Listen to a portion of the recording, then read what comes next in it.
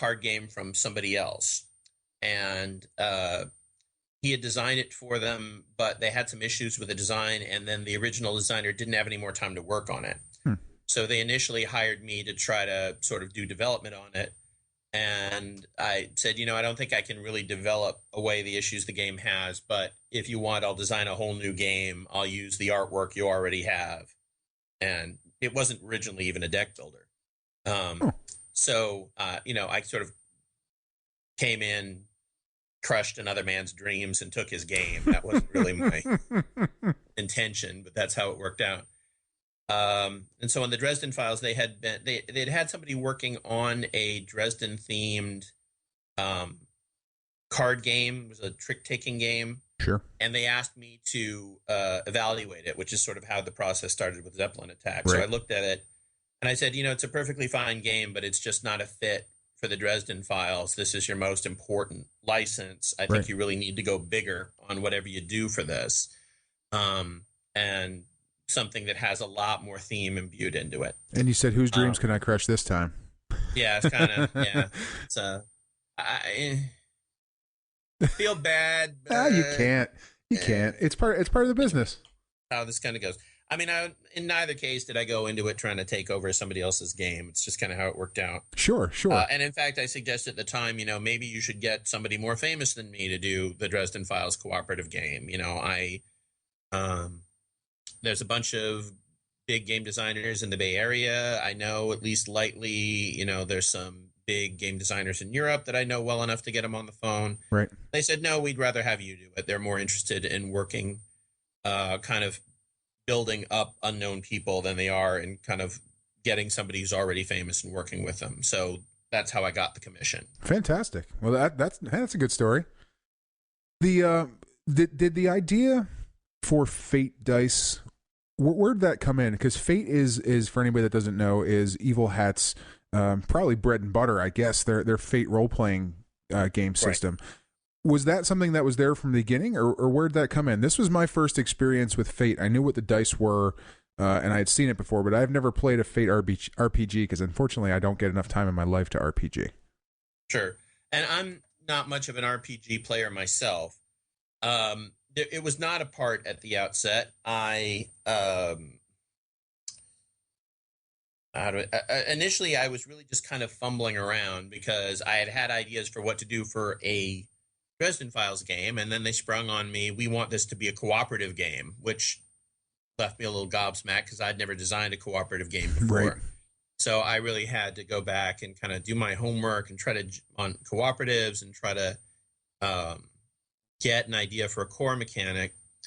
And at one point, what I started doing was looking at the Fate accelerated rules system. So the Fate RPG actually has two different systems. It has Fate Core, which, while it's still streamlined by RPG standards, is a heavier rule set, a more complicated rule set. And then it has Fate Accelerated, which is meant for getting people into the hobby or people who want to work with a simpler, more streamlined rule set. And I pulled some of the key constructs out of that, the action types.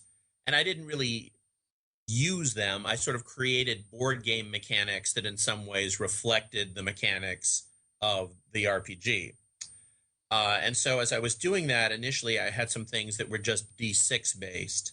And my friend Shannon Appelkline, who's a well-known game reviewer and game scholar, he wrote Designers and Dragons, great book, which you should totally read. Okay.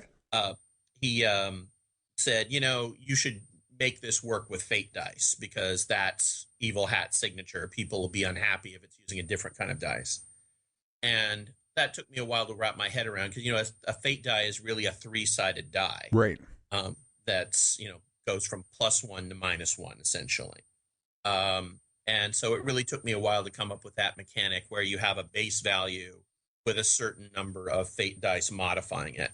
But once I came up with that, it was great because that actually allowed me to construct dice that throw customizable curves, which is not something you usually have at your disposal as a game designer. Usually, you throw 2d12, they throw something very like a bell curve in terms of their distribution. Now I can make the curve as flat or as steep as I want to make it. So Okay.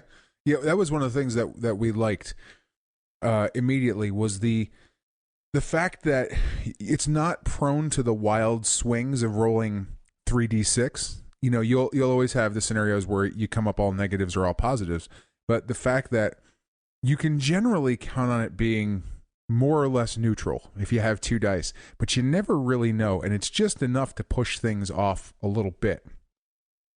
Was that a challenge to work in, or did it come easy once you figured it out? The idea that you could do it that way.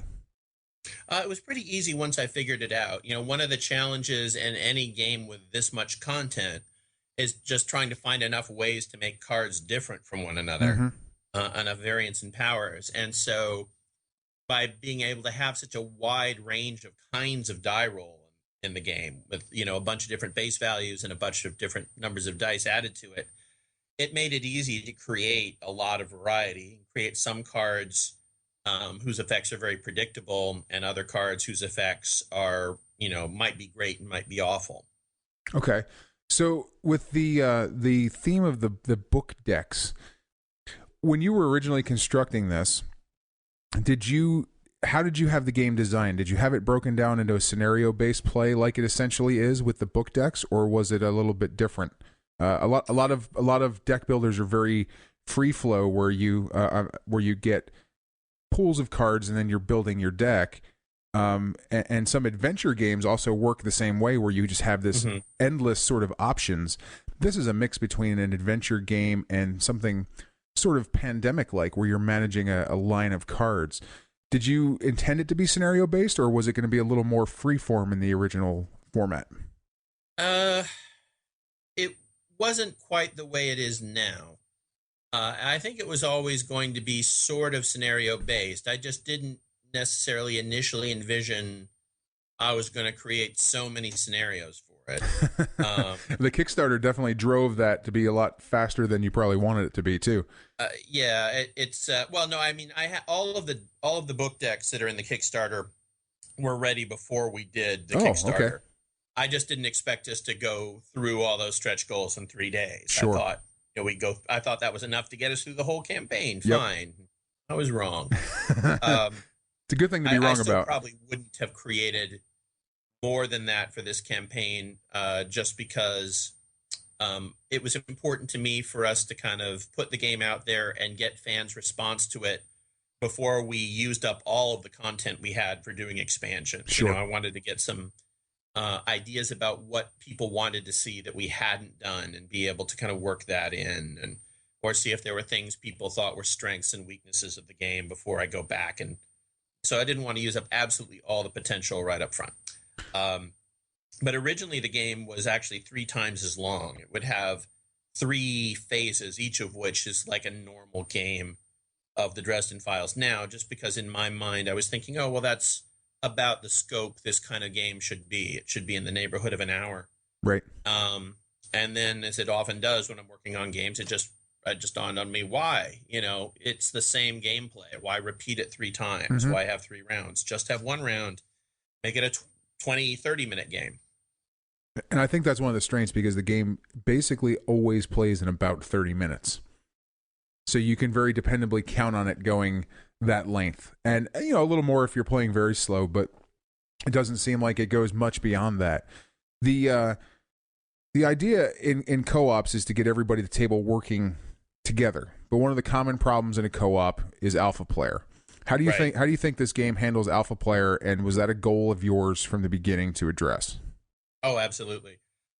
Alpha player is why I thought I didn't like co-ops previously. Essentially, we've all played with that guy, right? I mean, right. He's been at everybody's table.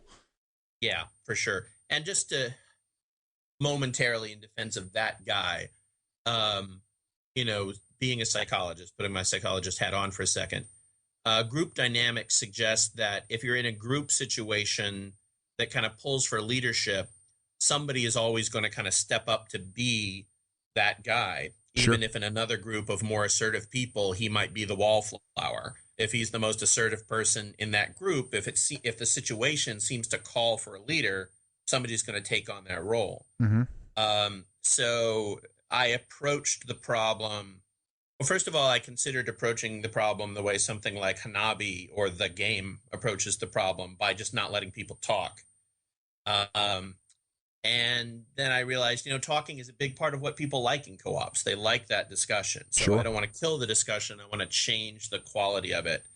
So I just worked on, and I don't know if I can tell you 100% exactly how the game does this, but just worked towards a game that pulled for a dynamic where the leadership was much more team-oriented, more kind of democratic, where everybody was weighing in on all the decisions, and the person whose turn it was really felt more empowered to make the ultimate call. So I did that partly with some table talk restrictions in the game. The fact that you can talk about what's in your hand, but you can't give everybody perfect knowledge of what's in your hand. That kind of takes the power away from the alpha gamer, because they can't calculate all the logistics perfectly and then tell you what to do. Sure. I also tried to create a lot of fairly complex trade-offs in the logistics. So, if I do what's optimal in pursuit of this card and use this card, it will make the play of one of my other cards less optimal. And so that just leaves, most people, how do I say this? The function of randomizers, among other things in games, is to stop people from trying to think out the perfect path. Right. To make them make their decision sooner and not get caught up in analysis paralysis. And so putting some trade-offs on the cards, putting some table talk restrictions, things like that, I think all contribute to a more enjoyable group process where everybody's talking and not just one person is giving the orders. How hard was it for you guys to balance the characters out? Obviously, Harry is going to, by default, be a little bit stronger. And it says specifically in the rule book that Harry's ability is integral to success. You're, according to the rules, supposed to play with him for every scenario, which obviously you would want to do in the game named after Harry. But how hard was it to balance the other characters and make them complementary without making anybody overpowered? Harry, I would say, is actually not overpowered, even though his power is integral, because he's pivotal at the beginning of the game. At the end of the game, his special ability is useless. Right. He's only really pivotal to the game because of that special ability, that power to slide cards around in order. If he weren't in the game, you'd have to have another character who was able to do something that was the direct equivalent of that. Sure. And since Fred, the publisher, really gave me the stipulation that Harry was the only character I could make a constant in the game, I just had to put that on him. But aside from that, he's not more powerful than the rest of the characters. They're pretty evenly powered, and it was sheer hell to get them that way. Nothing short of that. Balancing this game was the biggest pain in the ass I have ever experienced as a game designer, by far. Not just balancing the characters, but balancing the book decks, balancing the game for each number of players, because it goes all the way from 1 to 5. And the publisher would have loved 6, but I said, no way, buddy, you're cutting you off. Oh, You've yeah, made this hard enough. That extra person would have been just terrible to try to work in. Playing with a 3-card hand would have been pretty. Yeah. Okay. Yeah. There's that. Yeah. But yeah, it took.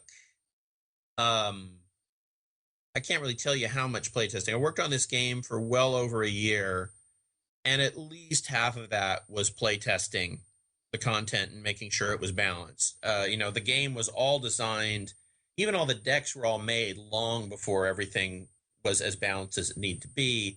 I had to a couple times go back into the game and rip out all the math and put in a new point system, essentially. Any game I design, there's a kind of point system underlying, like, I know how much fate it's worth to let you draw a card, as opposed to deliver a certain amount of attack or have a certain amount of range. How much having a variable in one of the values affects the worth of something, and all of that drives how much that card costs based on everything it's in. There's essentially an equivalent amount of worth of stuff in each character's deck. In that sense, it's very different kinds of stuff, but as near as I can establish it, they're all kind of mathematically equivalent. And then I have to figure out, for each possible combination of